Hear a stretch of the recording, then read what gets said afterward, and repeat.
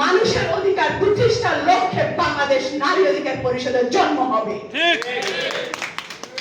একটি পত্রিকায় আমি সমীক্ষায় দেখেছি বাংলাদেশের ৮০% নারী পুরুষ দ্বারা নির্যাতিত হয়, কিন্তু যে সমীক্ষা করেনি, যেটি আমি চোখে দেখেছি, বাংলাদেশের 99% ঘরে পুরুষরা নির্যাতিত হচ্ছে নারী দ্বারা।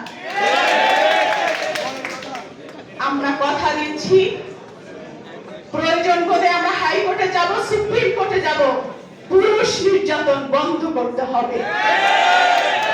পুরুষরা ঘরে কিংবা সমাজে সম্মানের কথা চিন্তা করে তারা মুখ খুলে না, কিন্তু আপনাদের চোখের ভাষা বুঝে গেছি, আপনাদের চোখ ছলছল করছে।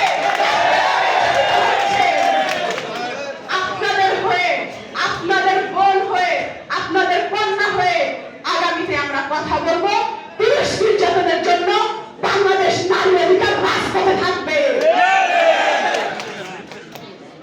আগামীতে আসছে নির্বাচন, বোনদেরকে কি সংসদে দেখতে চান? কারা কারা দেখতে চান? হাত জাগান।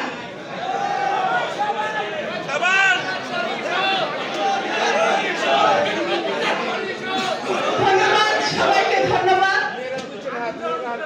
আমাদের নেতারাও আমাদেরকে দেখতে চায়, সেই দিক নির্দেশনা দিয়ে সেইভাবে করে আপনারা বোনদের পাশে থাকবেন।